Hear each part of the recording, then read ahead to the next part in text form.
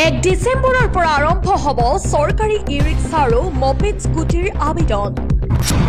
অনলাইনত কেনেকৈ আবেদন কৰিব, কি নথি পত্ৰ লাগিব, সবিশেষ আগতীয়াকৈ জানিবলৈ এতিয়াই ভিডিঅ'টো এটা শ্বেয়াৰ কৰক।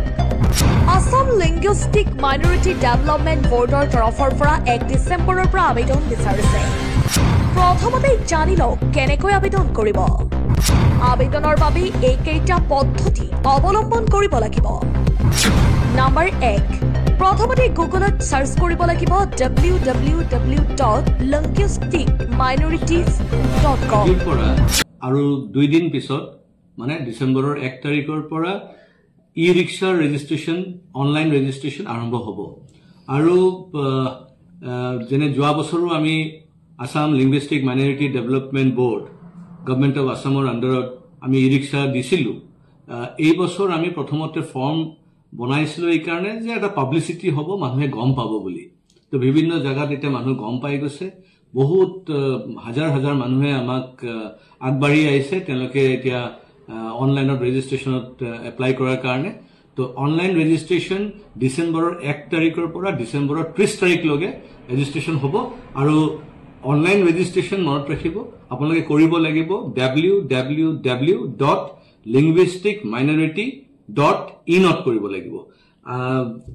আকৌ ৰিপিট কৰিছো, www.linguisticminority.in।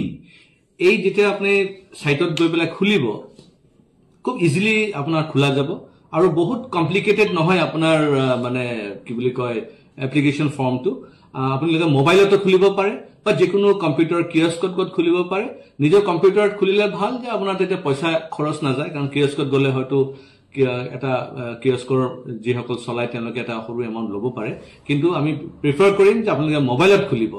আৰু মোবাইলত যেতিয়া ৰেজিষ্টাৰ্ড হৈ যাব, আপোনালোকে এটা আইটেমৰ কাৰণে এজনে কৰিব। যদি ভাবিছে যে আপুনি ই-ৰিক্সাৰ কাৰণে কৰিব বিচাৰিছে, তো ই-ৰিক্সাৰ কাৰণে এপ্লাই কৰিব। যদি আপুনি মপেড বিচাৰিছে, তো মপেডৰ কাৰণে কৰিব। আৰু প্ৰথমতে এটা কথা মনত ৰাখিব যে যেতিয়া আপুনি আধাৰ কাৰ্ড দিব, আধাৰ কাৰ্ডৰ নাম্বাৰ দিব, আধাৰ কাৰ্ডৰ নাম্বাৰটো কিন্তু ভেৰিফিকেশ্যন হ'ব।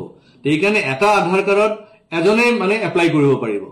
আৰু আধাৰ কাৰ্ডটোত এটা আধাৰ কাৰ্ডত আপুনি দুটা আইটেম আপুনি এপ্লাই কৰিব নোৱাৰে। আৰু তেনেকে আপুনি নিজৰ মোবাইল নম্বৰ দিব লাগিব। এটা মোবাইল নম্বৰত আপুনি এটাই আপুনি ৰেজিষ্টাৰ কৰিব পাৰিব। এইকাৰণে আমাৰ ডাবল চেক আমি ৰাখিছো, ডাবল চেক এইকাৰণে ৰাখিছো, নহলে এজন ব্যক্তিয়ে 2বাৰ 3বাৰ কি এপ্লাই কৰে, এইটো এটা ৱেষ্ট হৈ যায়। আমি স্ক্ৰুটিনি কৰাৰ সময়তে বহুত প্ৰব্লেম হয়। এনিৱে আমি চেষ্টা কৰিছো, আমাৰ সফটৱেৰটো এনেকুৱা ডেভেলপ কৰা গৈছে যে আমি ডুপ্লিকেশ্যন বা আমাৰ ভেৰিফিকেশ্যন বা আমাৰ ধৰক মিছা কোনোবাই ষ্টেটমেণ্ট দি আছে, তথ্য দি আছে, সেইখিনি ধৰাৰ কাৰণে আমি এনেকুৱা ধৰণৰ ডিজাইন কৰা গৈছে আমাৰ সফটৱেৰ, যে বহুত ইজিলি আমি মানে এপ্লিকেণ্টছ বিলাকৰ লিষ্ট আমি বনাব পাৰিম। আৰু সেই এপ্লিকেণ্টছৰ লিষ্ট যেতিয়া আহি যাব, তাৰ পৰা বাছনি কৰা হ'ব। সেইকাৰণে মই অনুৰোধ কৰিম যে এজন ব্যক্তি এটা আইটেমৰ কাৰণে এপ্লাই কৰিব আৰু এবাৰ এপ্লাই কৰিব। দ্বিতীয়টো কথা হ'ল যে এই ই-ৰিক্সা আৰু মপেড যে দিয়া হ'ব, এয়া ভাষিক সংখ্যালঘু মানুহসকলৰ কাৰণে দিয়া হৈ আছে। সেইকাৰণে যিসকল ধাৰ্মিক সংখ্যালঘু আছে, তেওঁলোকে কিন্তু এপ্লাই কৰিব নালাগে। ধাৰ্মিক সংখ্যালঘু বুলি ক'লে যিসকল ইছলাম ধৰ্মীয় মানুহ আছে, বুদ্ধিষ্ট ধৰ্মীয় মানুহ আছে, খ্ৰীষ্টান ধৰ্মৰ মানুহ আছে, বা ধৰক জৈন আছে বা শিখ আছে, পাৰ্চী আছে, তেওঁলোকে এপ্লাই কৰিব নালাগে। ইয়াতে খালি ভাষিক সংখ্যালঘুসকলে এপ্লাই কৰিব। আৰু এটা কথা হ'ল যে অনলাইনত আপোনালোকে আপোনাৰ ড্ৰাইভিং লাইচেন্সটো আপলোড কৰিব লাগিব। এইকাৰণে কাৰণ আমি বিচাৰি আছো যিসকলে এপ্লাই কৰিব এপ্লিকেণ্টছ, তেওঁলোকে নিজে গাড়ীখন চলাব লাগিব। ই-ৰিক্সাই হওক বা মপেডেই হওক, তেওঁ নিজে চলাব লাগিব। তেওঁ এইটো ক্ৰয় কৰাৰ পিছতে কাৰোবাক ভাড়াত চলাব বা বিক্ৰী কৰি দিব, সেইটো নহয়। সেইকাৰণে আমি সেই প্ৰভিজনটো ৰাখিছো যে যিসকলে নিজে চলাব ই-ৰিক্সা, নিজে চলাব মপেড, আৰু নিজে মানে তেওঁৰ আনএমপ্লয়মেণ্ট প্ৰব্লেমটো ছল্ভ কৰিব বিচাৰিছে, তেওঁলোকক আমি সহায় কৰিবৰ কাৰণে আগবাঢ়ি আহিছো। সেইকাৰণে মনত ৰাখিব যে ইকনমিকেলি যিসকল একদম খুবেই গৰীব, তেওঁলোকে যেন আগবাঢ়ি আহে। আৰু আমি তাতে কৈ দিছো যে 3 লাখ টকাৰ তলত যাৰ গ্ৰছ এনুৱেল ইনকাম ফেমিলিৰ, তেওঁলোকে এপ্লাই কৰিব লাগে। যিসকল একদম দৰিদ্ৰ মানুহ, তেওঁলোকে এপ্লাই কৰিব লাগে। কোনোবাই ভাবিছে যে আমি এপ্লাই কৰিম, পাই গ'লে তাৰপিছতে মানে আপোনাৰ আমি ভাড়াত চলাব পাৰিম বা বিক্ৰী কৰিব পাৰিম। এইটো এবছৰ একদমেই নোৱাৰিব, এইকাৰণে কাৰণ আমি টোটেলি ভেৰিফিকেশ্যন চিষ্টেম ৰাখিছো। পিছত যদি ধৰা খাই যায় তেতিয়া হয়তো লাজো পাব পাৰে বা ক্ৰিমিনেল অফেন্সিভ হ'ব পাৰে।